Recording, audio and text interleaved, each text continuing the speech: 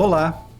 Todo Papo Gerais é sempre muito especial, mas o deste programa é mais especial ainda porque é com o nosso prefeito Gilmar Machado.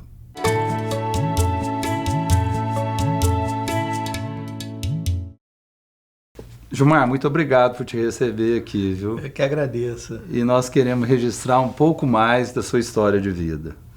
Pois é. Gilmar, você é muito modesto, mas você nasceu em Cascalho Rico? Cascalho Rico, no início dos anos 60, mais precisamente em 61.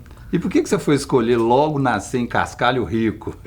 Tem coisa que a gente não tem como, né? Mas eu tenho um carinho muito especial, né? Cascalho Rico é uma cidade assim, muito especial, né? Que marcou muito a minha vida. É uma cidade aqui do Triângulo Mineiro que tem algumas características, né? E que também faz parte um pouco da minha vida. Era lá uma tribo indígena, né? Minha avó, por parte de pai, era índia, né? Então vivia um pouco parte dessa tribo, uma parte dela foi para Goiás, né? Meu avô era descendente de escravo, então viveu muito ali na margem do Paranaíba, né? Então Cascalho Rico também tem um pouco da minha história, um pouco da minha história, da minha vida. E naquela época, quais que eram os seus sonhos de menino? O que você pensava assim? O que eu vou ser quando adulto? Olha, porque como eu ficava basicamente em Cascalho Rico, não tinha... Aí com 5 anos nós começamos a frequentar Araguari, né? Porque minha mãe, como funcionária do Estado, não tinha coletoria, né? Não tinha lugar de pagamento em Cascalho Rico, então a coletoria era em Araguari. Então, era lá que ela recebia? Era que recebia. Então uma vez, né? Cada mês ela tinha que ir em Araguari receber. Então um mês eu ia, outro mês minha irmã, porque não tinha dinheiro para pagar para os dois ao mesmo tempo. Então quando a gente ia, né? Ia naquela jardineira, né? Lá, e aí a gente chegava em Araguari, aquilo para mim era outro mundo, né? Araguari era, né? E chegava no banco, via aquela movimentação, aquilo me chamava atenção, né? Um dia ainda vou, né, trabalhar num órgão desse, né? Queria me preparar para isso, né? Então aquela coisa de menino, né? De querer, né, trabalhar ali numa outra coisa, né? Que não fosse a coisa rural. Então eu gostava da coisa rural, mas já me interessava pela cidade. E os seus primeiros estudos? Nós saímos então de Cascalho Rico de 6 para 7 anos. Cheguei com 7 anos aqui em Uberlândia para exatamente estudar. Minha mãe entendeu, né, que nós tínhamos que vir para Uberlândia, né, para tentar uma coisa melhor. Ela era funcionário do Estado. Meu pai, né, também conseguiu um emprego aqui, veio trabalhar nos primeiros silos de concreto da Casenc. Foi o primeiro silo de concreto da Casenc que foi feito. Meu pai veio trabalhar aqui, né? Meu avô de criação, porque minha mãe foi criada na casa de uma família, que meu avô veio para Uberlândia, né, para trabalhar na Nerlan, né? Então ele veio para cá trabalhar na Nerlan e aí puxou a gente, né? Então nós cheguei aqui em 68, né, para começar a estudar em 69, e aí cheguei e fui morar lá na cidade industrial. E como que foi essa mudança do menino que saiu de Cascalho Rico para chegar numa cidade já como Uberlândia? Foi uma novidade, né? Fui morar na cidade industrial, um conjunto, né, de casas, né, aqui em Uberlândia, bem diferenciada, e ao mesmo tempo vendo o distrito industrial começar em Uberlândia, né? Então foi uma mudança, né? Mas aí na industrial a gente tinha, né, nossas brincadeiras, ainda jogava uma bolinha de gude, pique, né, jogava bete ali, então eu soltava pipa, então ali na industrial, e ali comecei a vender, né? Minha mãe fazia doce, ganhar uma renda além do que a gente fazia. Aí construiu-se a escola, fui morar dentro da escola, né, da cidade industrial, e aí então comecei a estudar ali na escola da cidade industrial. Foi para mim também uma referência. Eu ainda fui aluno da escola da cidade industrial ainda quando era Taba, né? Feito né, nós tínhamos o prédio antigo, né, que quando construiu o conjunto ainda ficou aquela casa de madeira até construir, né, a escola, né? Então aí quando em 1970 foi inaugurada, Rondon era governador do estado, João Pedro e Homero eram os deputados, porque meu avô em Cascalho Rico, né, fazia, minha mãe inclusive, na época, como dizia, votava na marmita, né, já vinha a marmita pronta, João Pedro e Homero, né, então quando ele chegou aqui foi uma continuação daquilo que a gente viveu, né, lá. E o futebol? Eu era apaixonado, né? Você estava relembrando a história do guarda Antônio, como que era? Porque, na verdade, o guarda Antônio foi uma das primeiras pessoas que começou a montar time de criança para jogar. Não é? Ele tinha o time da Portuguesa, lá no Martelena, né? Jogava no Campo da Prada. E aí a gente começou a montar times lá na Industrial para poder brincar contra os meninos do guarda Antônio, né? O sonho nosso era enfrentar o time do guarda Antônio no Campo do Moinho, né? Porque o Campo da Prada não era terra. O grande campo gramado de Uberlândia era o Campo do Moinho de trigo, né? Ali no começo da Martelena, né? No começo do Martelena. Então, ali perto da Calu.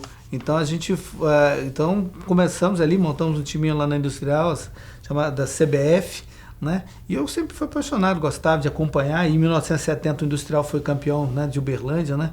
Aí, para nós, aquilo era um máximo, né? Poder brincar. E aí foi quando eu conheci essa figura extraordinária, né? Que foi o guarda Antônio. E nos estimulava, né? A ter disciplina para poder jogar, ter um uniforme arrumadinho, bonitinho. Então aquilo pra gente da periferia era o máximo, né? Gilmar, e o ginásio?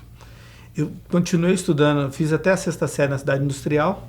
7ª e 8ª fui pro Américo René Janete, onde eu comecei, né, a ter, né, um contato com grandes amigos, né, que eu tenho até hoje, né? O Fábio Panuzio, que, né, hoje é jornalista, foi um colega de escola. Vários outros colegas que são funcionários da prefeitura em vários lugares. Então eu convivi ali na escola Américo René Janete, o meu início de profissionalização, e depois fui para o Zé Inácio, onde eu fiz meu ensino médio todo, e já fiz o curso, na época, você fazia o ensino médio junto com o profissionalizante. Fiz curso de Tec-Contabilidade, meu sonho de trabalhar num banco, mexer com, né? Então fiz o curso de Tec-Contabilidade no José Inácio. E ali comecei, né, a minha militância no movimento estudantil. Eu ajudei a organizar o Grêmio, né, organizar o ESO, que estava começando no Uberlândia, isso em 77, 78. E aí você foi fazer história, aí já é influência mesmo da sua mãe?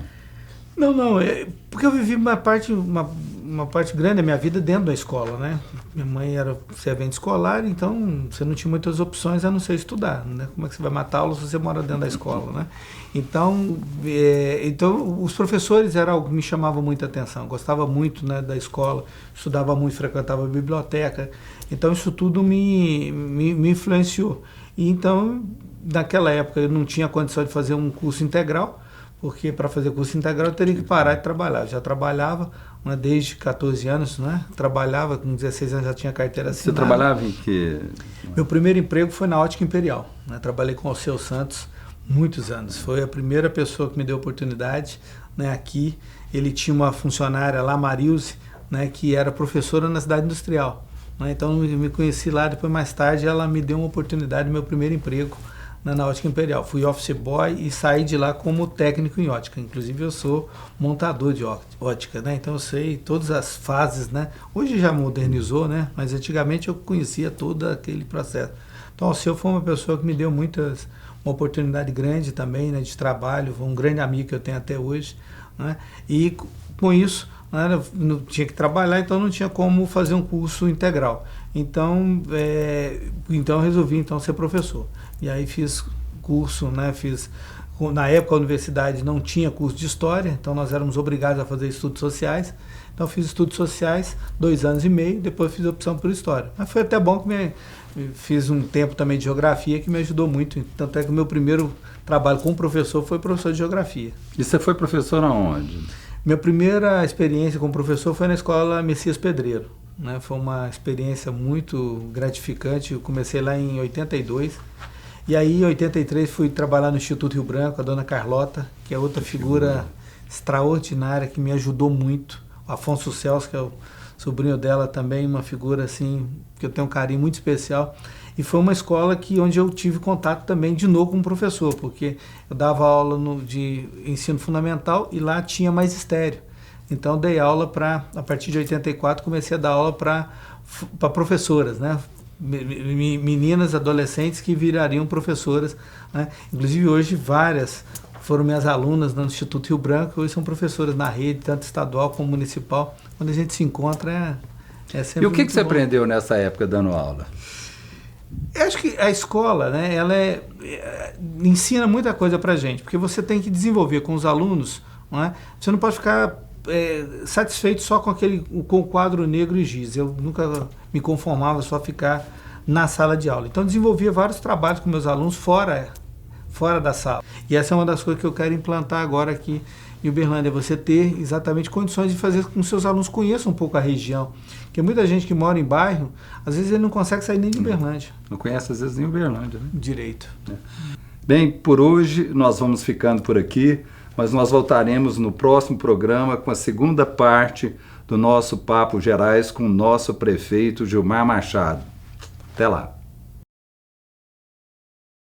Patrocínio Algar. Gente servindo gente.